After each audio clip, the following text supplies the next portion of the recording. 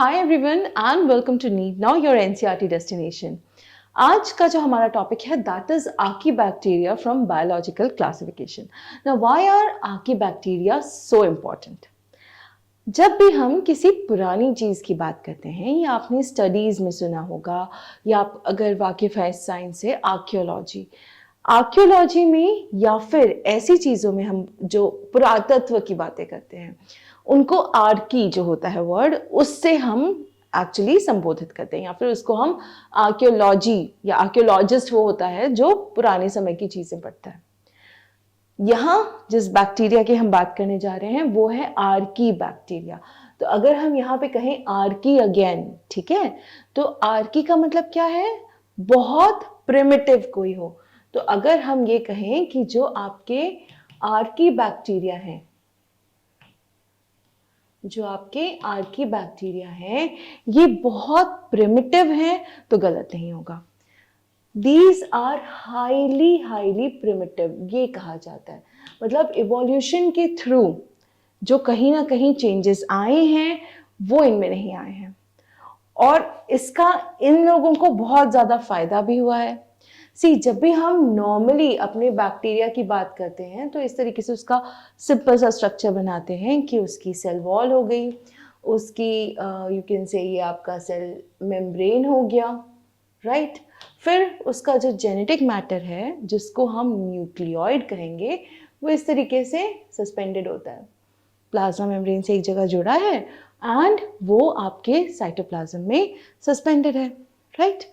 इसी तरीके से होता है एक आध यू कैन से कुछ राइबोसोम्स, देन आपके हो सकता है कि कुछ ग्रैन्यूल्स हो, और अगर ये मूव कर सकता है देन इसकी एक फ्लैजुलम होगी, राइट। अब ये जो चीज़ें हैं ये आपके नॉर्मल बैक्टीरिया में पाई जाती हैं। नॉर्मल बैक्टीरिया में एक खास बात और होती है, कभी कभी कैप्सूल भी होता है जो स्लाइमी लेयर होता है, बट इनकी जो सेल वॉल होती है ना बेटा, जो इनकी सेल वॉल होती है ये बनी होती है पेप्टिडोग्लाइकैन से। तो इनकी सेल वॉल किससे बनी है? इनकी सेल वॉल बनी है पेप्टिडोग्लाइकैन से। हालांकि ये जो स्ट्रक्चर है ये अगेन मैं आपको रिमाइंड करा दूं, ये यू बैक्टीरिया की हम फिलहाल बात कर रहे हैं। यू बैक्टीरिया का मतलब होता है आपका ट्रू बैक्टीरिया, यू मतलब ट्रू, राइट।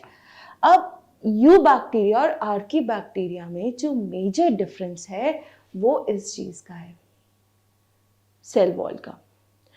आपका जो आर्की बैक्टीरिया है इसकी अगर मैं सेल वॉल की बात करूं तो इनकी जो सेल वॉल होती है ये आपकी कहीं ना कहीं बहुत ज़्यादा सबसे हार्श क्लाइमेट्स या फिर हार्श जगह जो होती हैं उनमें भी सर्वाइव करने में इसकी हेल्प करती है, और ये कहीं ना कहीं बनी होती है आपके लिपिड से।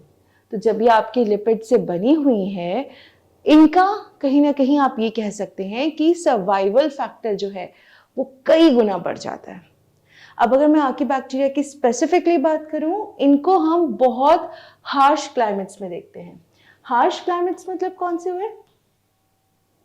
हार्श क्लाइमेट्स वो क्लाइमेट्स हुए या हार्श जगह प्लेसेस वो हुई जहाँ पे नॉर्मल आपका कोई ऑर्गेनिज्म जो है वो आसानी से रह नहीं पाएगा या फिर वो आसानी से आपके साथ वहाँ पे थ्राइव नहीं कर पाएगा, सर्वाइव भी नहीं कर पाएगा। थ्राइव तो छोड़ दीजिए, सर्वाइव और थ्राइव में फ़र्क क्या होता है? सर्वाइव करना यानी किसी तरह बेयर मिनिमम, थ्राइव करना यानी ग्रो करना, ब्लूम करना एक तरीके से।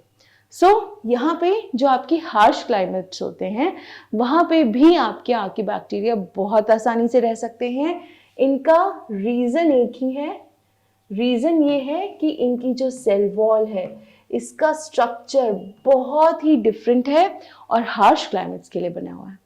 इस वजह से जितने भी आपके हार्श क्लाइमेट्स हैं ये वहाँ इजीली सस्टेन कर जाते हैं। अब हार्श क्लाइमेट्स में आपकी बुक में कुछ हार्श क्लाइमेट्स दिए हुए हैं, उनकी बात करते हैं। पहला, एक्सट्रीम सॉल्टी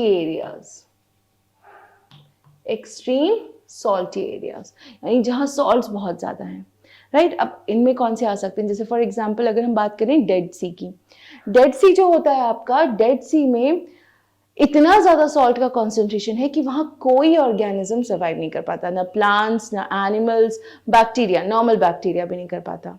बट हमारे जो आर्की बैक्टीरिया हैं ये आसानी से वहाँ रह ले सकते हैं, ठीक है। इनफैक्ट वहाँ इतनी ज़्यादा सॉल्ट की वजह से प्रॉब्लम है कि आप अगर उसमें जंप करेंगे तो आप सिंक नहीं होंगे, यू विल एक्चुअली फ्लोट, आप उसमें फ्लोट करेंगे आसानी से। सो डेड सी जैसी जगह जहाँ आपकी सॉल्ट की कॉन्सेंट्रेशन ज़्यादा है, ऐसे एरियाज में जो आपके आर्की बैक्टीरिया रहते हैं हम उनको कहते हैं हेलोफाइल्स। क्या कहेंगे? हेलोफाइल्स।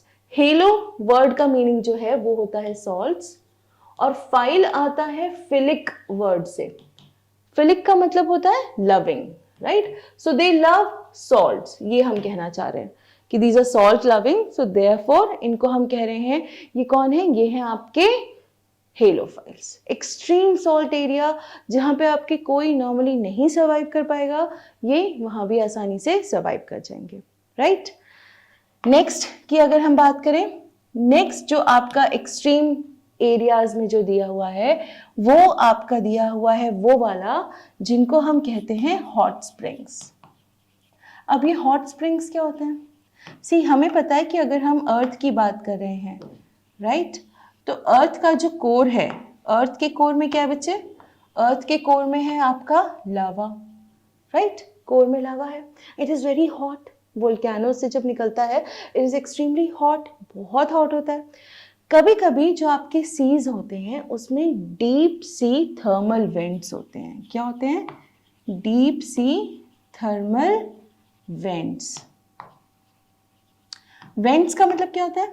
वेंट्स का मतलब ये होता है कि जैसे कभी आप कोई एयर कंडीशन जगह पे जाओ जो फुली एयर कंडीशन है, सेंट्रलाइज एयर कंडीशन जिसे कहते हैं, जैसे वेंट्स होते हैं वहाँ पे, क्योंकि एसीज नहीं होते हैं बट वहाँ पे आपके ऐसे डक्ट्स होते हैं, वेंट्स होते हैं जिसमें से वो हवा आती है। तो इसी तरीके से आपके डीप सी थर्मल वेंट्स होते हैं। जब सी है तो उसका कोई हिस्सा इसके बहुत नज़दीक है जिसमें से एक ट्यूब लाइक स्ट्रक्चर है जहाँ से आपकी हीट जो है वो आपकी बाहर आ रही है। तो ये हो गया आपका डीप सी थर्मल वेंट जो हॉट स्प्रिंग्स का काम करती है, या हॉट स्प्रिंग्स कहते हैं उनको हम क्योंकि वहाँ से हीट है। अब ऐसे में जो वाटर यहाँ पे होता है, वाटर जो होता है बहुत ज़्यादा हाई टेम्परेचर पे होता है। इनफैक्ट वो वाटर बॉईल कर रहा होता है ना? वो वाटर बॉईल करेगा क्योंकि वो कोर है, लावा है, वहाँ से हीट आ रही है ना? सो वहाँ से क्या होता है आपका ये जो चीज़ है ये ऑलमोस्ट बॉइलिंग वाटर होता है। यहाँ पे भी आपके आर्की बैक्टीरिया जो हैं वो सर्वाइव कर जाते हैं, और जो हॉट स्प्रिंग में आपके आर्की बैक्टीरिया सर्वाइव करते हैं उनको हम कहते हैं थर्मो एसिडोफाइल्स, राइट? सो ये हो गए आपके थर्मो एसिडोफाइल्स जो आपके हॉट स्प्रिंग्स जैसी जगह जो है वहाँ पे पाए जाएंगे, यानी जहाँ टेम्परेचर बॉइलिंग वाटर यानी 100 डिग्री सेल्सियस मिनिमम है वहाँ पे भी आपके आर्की बैक्टीरिया आपको आसानी से देखने को मिल जाएंगे, राइट? एक्साइटिंग कि मतलब जहाँ पे कोई ऑर्गेनिज्म सर्वाइव नहीं कर रहा है, ये लोग जो प्रिमिटिव ऑर्गेनिज्म है आपके archaebacteria, they are able to survive. Next जो आ रहा है मार्शी एरियाज या मार्शी प्लेसेस, और मेन इंपॉर्टेंटली आपका डंग जिसको हम हिंदी में गोबर भी कहते हैं। सी, होता क्या है, कुछ रूमिनेंट एनिमल्स होते हैं। रूमिनेंट एनिमल्स का मतलब क्या होता है? रूमिनेंट एनिमल्स वो एनिमल्स होते हैं आपके जो कहीं ना कहीं यू कैन से कि ऐसे एनिमल्स हैं जिनके पास स्टमक्स में भी यू हैव सर्टेन कैटेगरीज, और वो कैटेगरीज जो होती हैं वो उनको हेल्प करती हैं। Cattle for example, cows, buffaloes, goats, आपकी शीप भी, ये क्या करते हैं, आप इनको ग्रीन पास्चर्स में छोड़ दीजिए, ग्रास में छोड़ दीजिए, ये वहाँ जाके सारी ग्रास जो है वो खाना स्टार्ट कर देते हैं। वो खाते जाते हैं, वो स्टोर होता रहता है, दे नेवर च्यू, सिर्फ निगलना है फटाफट। फिर जब ये आराम से शांति से बैठे होते हैं तो देखा आपने, ये अपना पूरा टाइम मुंह चलाते रहते हैं। तो ऐसे एनिमल्स को हम रूमिनेंट एनिमल्स कहते हैं। अगर हिंदी में कहें तो ये एनिमल्स जो होते हैं ये बैठ के जुगाली करते हैं। हिंदी में इसको वर्ड जो कहा जाता है वो है जुगाली करना, कि ये जुगाली करते हैं बैठ के, जैसे च्युइंगम चबाई जाती है वैसे। सो ऐसे जो आपके एनिमल्स होते हैं, इनके स्टमक में विच इज रूमेन, राइट, वहाँ पे भी आपके कुछ बैक्टीरिया पाए जाते हैं। अब जब ये जो एनिमल्स हैं ये अपना डंग प्रोड्यूस करते हैं, तब उस डंग में, गोबर में ये एनिमल्स ये ऑर्गेनिज्म जो है बैक्टीरिया आपके, ये पाए जाएंगे। तो बहुत मार्शी है। और कहीं ना कहीं अगर हम इनके गोबर को, हमें पता है, हम क्लास 12 में भी पढ़ेंगे कि इनसे आप बायोगैस बना सकते हैं। तो ये जो बायोगैस बनाने का काम है ये इसीलिए पॉसिबल है क्योंकि यहाँ पे आपके आर्कीबैक्टीरिया जो है, मिथेनोजेंस, वो मिल रहे हैं। तो मिथेनोजेंस वो बैक्टीरिया हैं आपके which are found in extreme marshy places. इन्हीं की वजह से हमको बायोगैस मिल रही है विच इज़ फ्लेमेबल। फ्लेमेबल मतलब ज्वलनशील, जिसको हम यूज़ कर सकते हैं। अगर आप गांव वगैरह में जाएंगे, वहाँ पे बायोगैस प्लांट्स हैं बाकायदा, जहाँ पे अगर प्रॉपर प्रोसीजर किया जाए तो हम गोबर से और भी लेयर्स वगैरह करके बायोगैस बनाते हैं, और वो बायोगैस लोगों के घरों में एक्चुअली खाना पकाने के काम तक ली जा रही है, क्योंकि वो जल जाती है। बेसिकली वो आपकी मीथेन होती है, राइट। सो मीथेन जो है आपकी वो फ्लेमेबल होती है। तो इसको यूज़ करके हम लोग कहीं ना कहीं एक यू कैन से ऐसा प्रोड्यूस बना रहे हैं जो हमारे लिए फॉसिल फ्यूल्स का एक ऑप्शन बन रहा है। सो इसीलिए मिथेनोजेंस आपके इतने इम्पॉर्टेंट है। सो आज जो हमने आर्कीबैक्टीरिया में देखे हैं वो देखे हैं 3 मेजर टाइप। एक है आपके याद रखने लायक हेलोफाइल्स, जो आपके एक्सट्रीम सॉल्टी एरियाज में रहेंगे। दूसरे हैं आपके thermoacidophiles, thermo is heat, so वो हॉट स्प्रिंग्स में पाए जाएंगे, डीप सी थर्मल वेंट्स में कोई ऑर्गेनिज्म नहीं होगा वहाँ पे। And lastly your methanogens. Methanogens marshy areas में पाए जाएंगे जहाँ पे आपका कोई ऑर्गेनिज्म नहीं है। प्लस ये हमारे लिए बहुत हेल्पफुल भी हैं। ये हमारे लिए क्या बना रहे हैं, ये हमारे लिए बनाने में हेल्प कर रहे हैं आपके बायोगैस, राइट। और जो बायोगैस है वो एक्चुअली फॉसिल फ्यूल्स का आपके लिए कहीं ना कहीं रिप्लेसमेंट का काम कर रही है ना, कि हम उसको यूज़ करके जो अपना लकड़ी है या इस तरीके की चीज़ें जो बर्न करते हैं, ताकि अभी भी कुछ गाँव में, हालांकि अब तो काफ़ी जगह एलपीजी पहुंच गई है, बट वहाँ पे अभी भी कई बार लकड़ी से यूज़ करके चूल्हा जलाया जाता है। उसका एक बहुत अच्छा रिप्लेसमेंट आपका बायोगैस है। सो ये है आपके आर्कीबैक्टीरिया, 3 हेलोफाइल्स, थर्मोएसिडोफाइल्स, मेथानोजेंस। याद रखिएगा, इजी है। क्वेश्चन कभी कभी इस तरीके से आते हैं कि एक्सट्रीम सॉल्टी एरियाज में पाए जाने वाले आर्कीबैक्टीरिया आपके कौन से हैं, बस ये बताना होगा आपको, राइट। सो विद दिस ये वीडियो यहीं एंड होता है। अगर आपको अच्छा लगा होगा प्लीज़ लाइक करिएगा, सब्सक्राइब ज़रूर कर लीजिए ताकि इस तरीके के वीडियोस आपको कंटिन्यूसली मिलते रहें और कहीं ना कहीं आपके लिए हेल्पफुल होता जाएगा, चाहे आप क्लास 11 पढ़ रहे हैं या आप नीट की प्रिपरेशन कर रहे हैं। हम दूसरे वीडियोज़ के साथ फिर आएंगे, तब तक take care, keep studying hard. Thank you.